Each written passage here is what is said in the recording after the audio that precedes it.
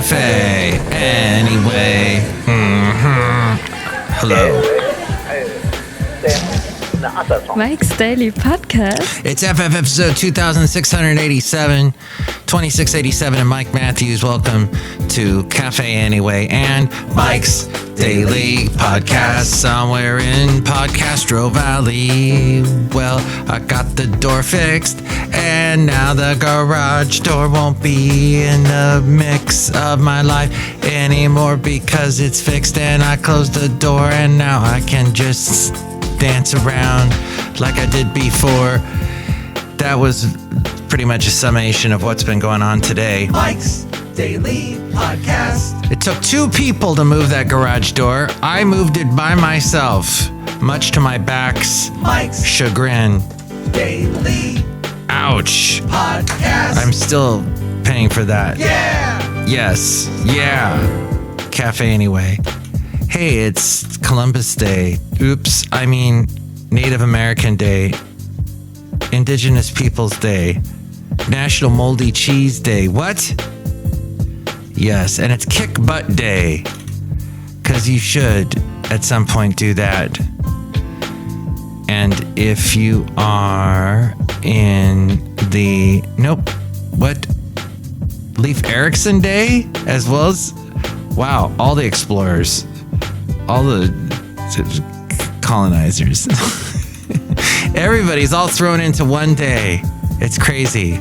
Along with moldy cheese. Why would you celebrate moldy cheese? I have to know the answer to that, which I'm going to tell you at this point. National Moldy Cheese Day.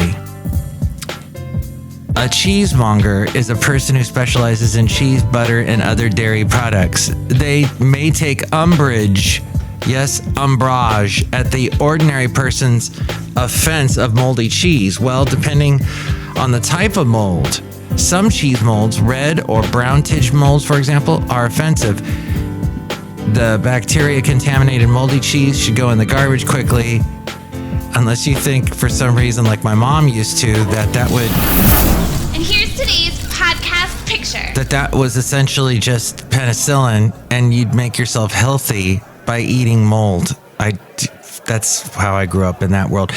The podcast picture today is me and my lovely lady friend over there at Half Moon Bay, and she would also strongly disagree with my mom. She's like, yeah, mold. No, none of that.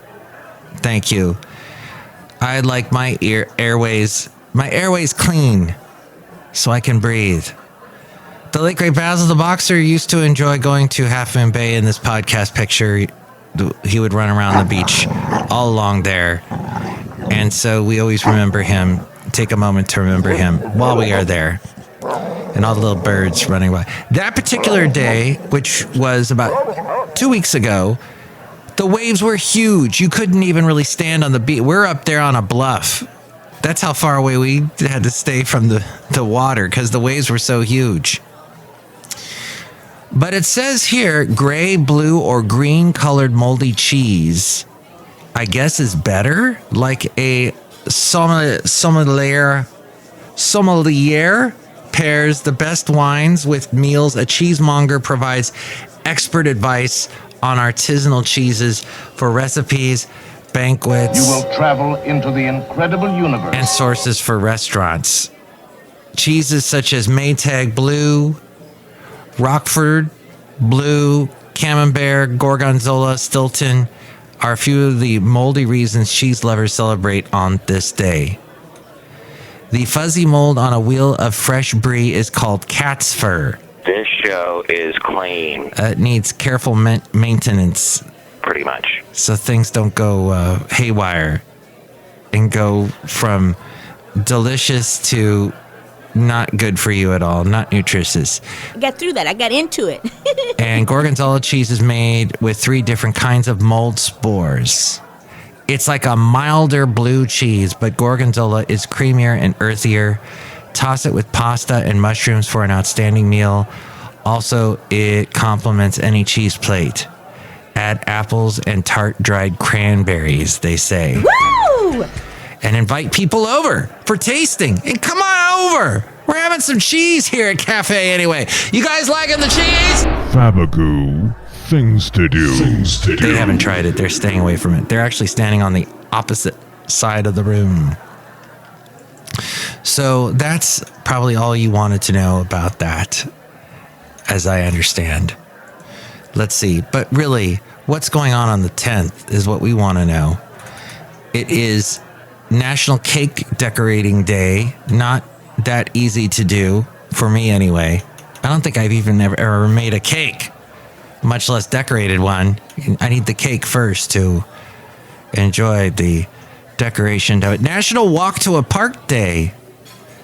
I have done that many times, including with the late great Basil the Boxer. And National Metric Day. Yes, all that time you spent learning metrics. Is it that important to know? Well, many parts of the world use metrics. We use metrics for some things. Public parks and green spaces are a community's backyard.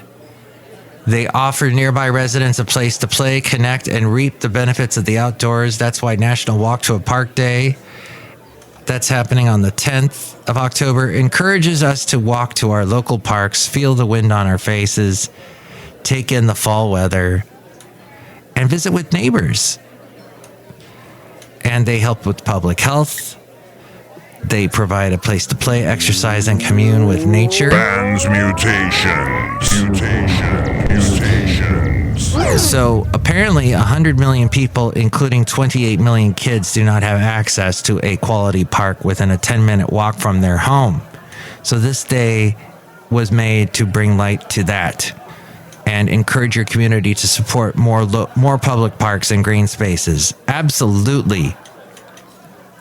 I have lived in places with no close by parks, and there's something.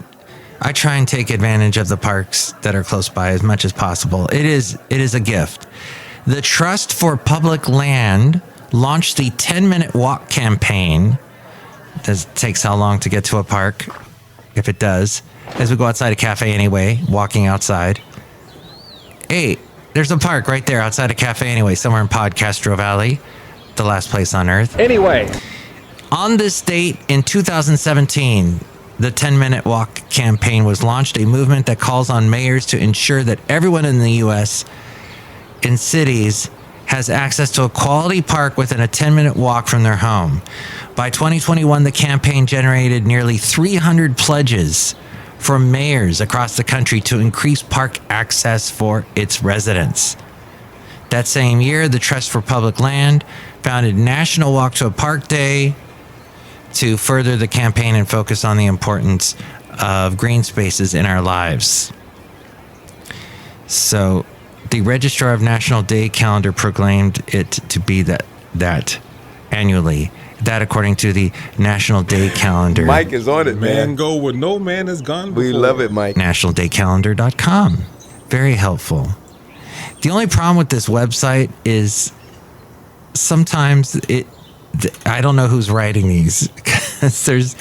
There's some bizarre verbiage happening. Oh yeah, but what is National Kick Butt Day? It is the second Monday in October. The day aims to motivate marketers, advertisers, and those in the business world to work smarter and harder toward their goals. Actually, I was told to work smarter, not harder, while striving to outdo the competition. Be sure to also take stock of your achievements and how far you've come. How you made the strides you expected at this point in your career. If not, check your goals. Do you have the right ones in place? MTV News. You hear it first. Outside a Café Anyway, somewhere in Podcastro Valley, the last place on earth. Look who's here. Hello, Mike Matthews. It's Chely Shoehart, the gift shop supervisor. I have a moldy cheese snow globe for you, Mike Matthews. Oh, thank you. Wow. That is the most disgusting thing I've ever seen. Is it okay for me to even hold this? No, Mike Matthews, you should throw it away. Throw it as far away from you as possible. That's how far you should throw it away, Mike Matthews. Uh-huh. And happy Indigenous Peoples Day. Thank you. Look who else is here. Hello, Mike. This is Floyd the Floorman. And this is John Deere, the engineer, Mike Matthews. Mold is wonderful. Mm-hmm. This is Mike's Podcast Picnic. Stay away from the mold. It's got spores and stuff and gets in your lungs and then you cough and it's terrible. Can cause death and that kind of thing. Well, I mean, on the cheese, it's good, isn't it? Penicillin. What has happened to you, John Deere? Usually you're super smart. And now today you're acting like the dummy. What is happening? I don't know. Wow, he just fell over. You know what? It might be he ate some bad cheese that was moldy. You know, there's a great comedian named Isaac Allen that I saw over the weekend. Isaac Allen is Chinese, has a Chinese mom and a German dad. And he makes jokes about that. And he's very funny, you know, very clean. And he was talking about how when we speak English, you can tell a lot by a language about how certain words are used. So we say, have fun, because fun is everywhere. It's all over the place. Just enjoy it. Have it. Where in Germany, they say, make fun. I forget what the word is for fun, but it's mach something. As you know, there's a real scary holiday coming up. Election Day.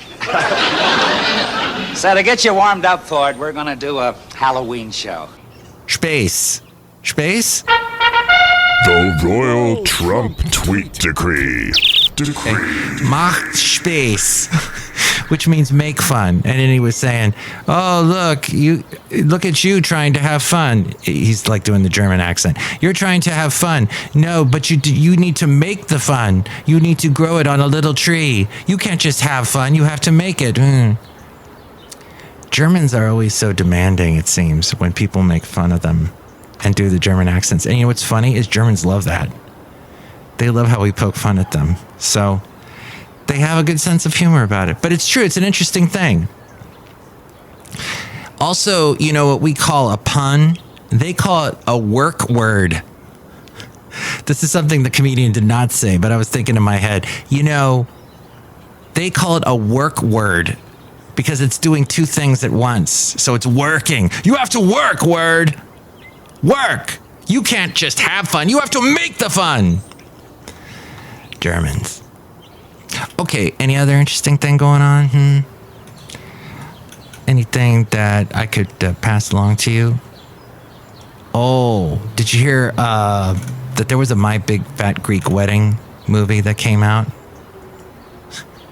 A sequel. It's actually the third in the series, and they had a TV show for a while.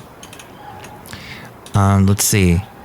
Jared Russo wrote, we're not sure how they managed to make 3 of these, but filming in Greece sounds pleasant enough. Every single review I've read about the third movie in the My Big Fat Greek Wedding series mentions the first film making hundreds of millions of dollars at the box office on a $5 million budget. That's true. I was getting married at the time, and my then wife loved the movie. We went to see it several times. We owned it on DVD and watched it many times when we couldn't find anything to watch on TV. So I know it backwards and forwards. Did I see all the other ones? Nope. So the wild success of one of the best returns on investment in Hollywood history is seemingly more exciting than the actual movie critics were sent to review, which really goes to show how seemingly unnecessary the entire endeavor is. Kathy's Corner. Kathy's Corner. Nia Vardalos, who's in the movie and wrote the movie and directed the third one. One day I was there in that part of Hollywood that's really close to that ginormous castle that the Scientologists own. It's like a hotel / castle. It's somewhere there near Hollywood. And I was there with my then wife's cousin, and we're walking past some outdoor cafes, and there was Nia Vardalos just sitting there with somebody at a small table, and she had a hat on, and our eyes met, and she quickly looked away like, oh, shoot, he figured out who I am. And then I told my then wife's cousin, yeah, Nia Vardalos is back there. And he's like, really? And he turned around and walked back, and yep, Mike's right. So it wasn't something I imagined. And let's see, it starred John Corbett, the movie, the original movie, and then this third movie. Joey Fatone was in it. And NSYNC, you may have heard, has just coming out with a new album, has a new song out. Because I guess finally Justin Timberlake had the time. So let's see. The best part of this movie is Joey Fatone, it says.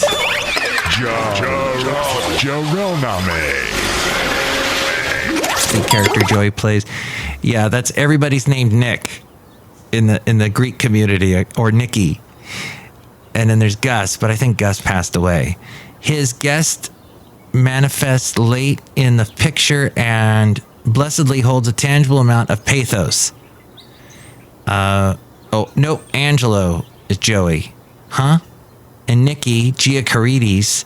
Gia, by the way, I used to be married to Anthony LaPaglia. I don't know if they're still married or not, because I think she's Australian, and so is he. Magnification. When you are a man, sometimes you wear stretchy pants. Mike's cassette copy. Welsh on the world. And cinematographer Barry Peterson have an eye for beautiful imagery, whether capturing the frivolity of a spontaneous swim in the ocean or the magic of a traditional ceremony. Even the repetitive cutaways to barnyard animals are done with a modicum of comedic and artistic panache. That was from Variety. Addenda with Keva. And then Screen Rant said, "My Big Fat Greek Wedding 3 isn't a return to form, but it does feel like getting a big hug from a fiercely loving family. The sequel is actually filmed in Greece, and each location is visually breathtaking." But this isn't the sequel. This is the third one. Well, in any case, it was in the theaters. I don't know if it's still there, but I probably will avoid it and avoid the going back in time to back when I was trapped in a continuous My Big Fat Greek Wedding loop. Gosh, I even had the soundtrack. Someday I may grow to appreciate it. I was just awesomely pleased to see John Corbett in it because I loved him in Northern Exposure. So to see, he had not done anything in a while except for Sex and the City, and suddenly he appears in this big movie that had a bunch of fans, and he played a cool character. So it was nice to see him have a little bit of success later on in his career. So Zuckerberg is still trying to figure out the metaverse and trying to make that happen. You know, he runs Facebook and Instagram and WhatsApp. Meta announced that it'll start shipping the new virtual reality headsets that they have, the Quest 3, today. Oh, no, wait, tomorrow, October 10th. 3 years after the Quest 2, the company hopes the $499, let's just call it $500 device is cool enough to lure you into the meta realm and make you forget about Apple's forthcoming $3,500 competitor. Last year, Meta had just 200,000 active users in Horizon Worlds. That's its app for socializing in virtual reality. At an event, Zuckerberg also hyped the new ChatGPT-like AI features that Meta is bringing to its social media and messaging platforms. These include digital sticker creations, imaging, editing. So you can create digital stickers, you can edit images, and then there's celebrity chatbots ranging from Jane Austen, who will talk to you. What does Jane Austen even sound like? British. To Snoop Dogg. Okay. Holding court with Lady Katie. Lady Katie. Oh yeah, we already heard Katy Perry, worth $340 million. Wow. From selling her catalog. She has built upon her success over the past 15 years. Her debut single went to number 1 back in 2008, I Kissed a Girl. She's had 8 other number 1 hits, including California Girls Firework. And she was the 9th highest earning musician of the decade. That would not have, is this our decade or the 2020 or 2010s, possibly, with an estimated income of $530 million. In 2015, she netted more than Taylor Swift, Rihanna, and Miley Cyrus combined. What? Wow. More than Taylor Swift. But this was 7 years ago. So times have changed. So more than Taylor, Rihanna, and Miley combined. 7th season on American Idol as a judge. Let's see. She earned $25 million for that. And she also has a shoe brand called Katy Perry Collections and a non-alcoholic beverage called Desoy. Is it Desoy or Desoy? So Taylor Swift. People get stuck on stupid. You know what I mean? There's that story about whoever she dates gets richer. And somebody said, why doesn't she date a climate change scientist so that person could get more exposure? Because whoever she dates gets more exposure. There you go. Well, hopefully all that was interesting. If you would like to call me about anything we talked about today, I have a phone number. It's in the East Bay. Call Mike at the Café Anyway hotline. Area code 510-228-4640. Yes, because we are in Podcastro Valley. That is the phone number to call me if you would like to. And with more ways to reach me, it's A-Frame. Mike's Daily Podcast is written and produced and performed by Mike Matthews. His podcast is super easy to find. Download or listen to his show and read his blog at mikesdailypodcast.com. Email Mike now at mikesdailypodcast@gmail.com. See you tomorrow. Bye!